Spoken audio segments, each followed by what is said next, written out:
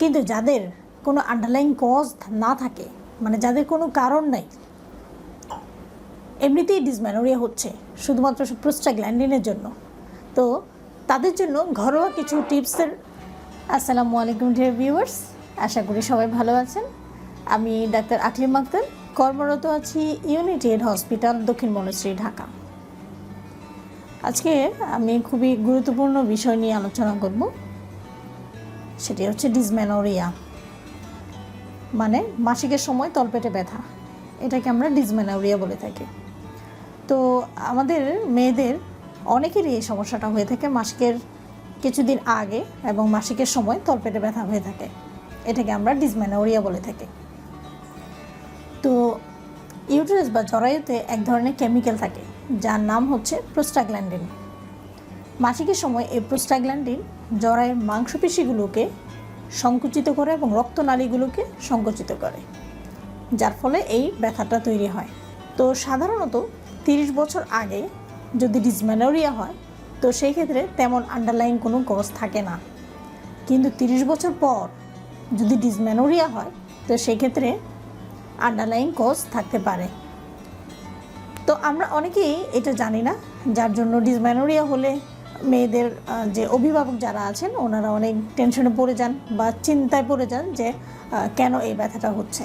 তো 30 বছরের পর যাদের ডিসমেনোরিয়া হয় তাদের ব্যথাটা কিন্তু অল্প থাকে না, অনেক বেশি তীব্র হয়, সেই সাথে মাসিকের রক্তটাও অনেক বেশি যায়। আন্ডারলাইন কজগুলোর মধ্যে যেমন জরায়ুতে যদি টিউমার থাকে, যেটাকে আমরা ফাইব্রয়েড বলে থাকি, জরায়ুতে যদি অ্যাডেনোমায়োসিস, এন্ডোমেট্রিওসিস হয়, তাহলে সেই ক্ষেত্রে ডিসমেনোরিয়া হতে পারে, মানে মাসিকের সময় তলপেটে প্রচণ্ড ব্যথা হতে পারে।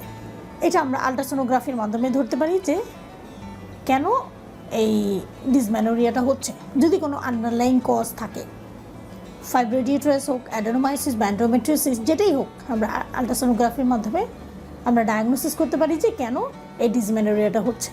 যদি আন্ডারলাইন কজ ডায়াগনোসড হয়, তাহলে অবশ্যই ডক্টরের পরামর্শ অনুসারে ট্রিটমেন্ট নিতে হবে।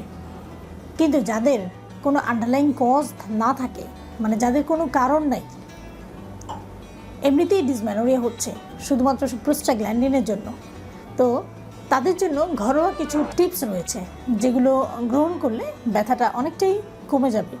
তো টিপসগুলো হচ্ছে, যেমন হট ওয়াটার ব্যাগ বা হট ওয়াটার বটল দিয়ে আপনি তলপেটে বা কোমরে সেঁকা দিতে পারেন, সেক্ষেত্রে আপনার ব্যথাটা কিছুটা কমবে। আপনি হট ওয়াটার বাথও নিতে পারেন, মানে গরম পানি দিয়ে গোসলও করতে পারেন। গোসল করলেও ব্যথাটা অনেকটাই কমবে। যখন আপনার ব্যথা হবে তখন সারাক্ষণ বিছানায় শুয়ে নেওয়া থেকে আপনি কিছুটা হালকা ব্যায়াম করতে পারেন, যেমন হাঁটাহাঁটি করতে পারেন, সেক্ষেত্রে ব্যথাটা কিছু কম হতে পারে। আদা খেলেও ব্যথাটা কম হবে। আদা আপনি মাসিক চলার প্রথম 2-3 দিন 2-3 বেলা করে আদা বা আদা চা খেতে পারেন। গবেষণায় দেখা গেছে যে আদা অনেক ধরনের ব্যথা কমায়। এছাড়া ব্রিদিং এক্সারসাইজ করতে পারেন। ব্রিদিং এক্সারসাইজ কীভাবে করবেন? লম্বা করে নাক দিয়ে শ্বাস নেবেন এবং ধীরে ধীরে মুখ দিয়ে শ্বাস ফেলবেন, এটাকে বলে ব্রিদিং এক্সারসাইজ। এটা আপনি সকালবেলা 10-15 বার, দুপুরবেলা 10-15 বার এবং রাতের বেলা 10-15 বার যদি করেন, সেক্ষেত্রেও আপনার ব্যথাটা কিছুটা কমবে। আরেকটা যেটা করতে পারেন, তলপেটে বা কোমরে মালিশ করলে সেক্ষেত্রে কিছুটা ব্যথা কমে। আচ্ছা, এই হচ্ছে ঘরোয়া কিছু টিপস, যেগুলো আপনার কোনো মেডিসিন লাগবে না, এমনিতেই আপনি ইউটিলাইজ করতে পারেন, বা এই টিপসগুলো আপনি গ্রহণ করতে পারেন, করলে ব্যথা অনেকটাই কমে যেতে পারে। যদি এই টিপসগুলো গ্রহণ করার পর ব্যথা না কমে, সেই ক্ষেত্রে আপনি প্যারাসিটামল খেতে পারেন 500 মিলিগ্রাম করে, সকালে একটা, দুপুরে একটা, রাতে একটা, তাহলে আপনার ব্যথাটা অনেকটা কমতে পারে।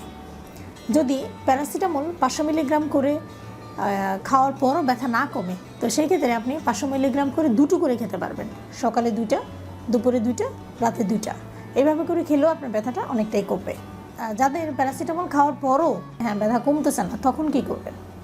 তখন আপনি বাজার থেকে মেফেনামিক অ্যাসিড নামক একটা ওষুধ পাওয়া যায়, সেই ওষুধটা আপনি কিনে 500 মিলিগ্রাম করে সকালে একটা, রাতে একটা, অবশ্যই ভরা পেটে খাবেন এবং এটা খাওয়ার 30 মিনিটের মধ্যে ব্যথাটা কমে যাবে। এটা খাওয়ার আগে আপনার যদি গ্যাস্ট্রিকের সমস্যা থাকে, তাহলে অবশ্যই একটা গ্যাস্ট্রিকের ওষুধ খেয়ে নেবেন।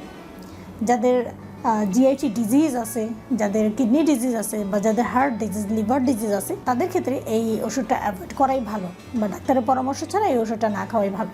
কিন্তু যাদের এই ধরনের কোনো ডিজিজ নাই, মানে যারা ইয়াং জেনারেশন আছেন, তারা আপনারা ইজিলি আপনারা এই মেফেনামিক অ্যাসিডটা খেলে অনেক বেশি উপকার পাবেন। কিন্তু প্রথমে মেফেনামিক অ্যাসিডে যাওয়ার দরকার নেই, প্রথমে প্যারাসিটামল ট্রাই করবেন, একটা জায়গায় 2টা খাবেন, তারপরও যদি না কমে তখন আপনি মেফেনামিক অ্যাসিড ওষুধটা কিনে খাবেন।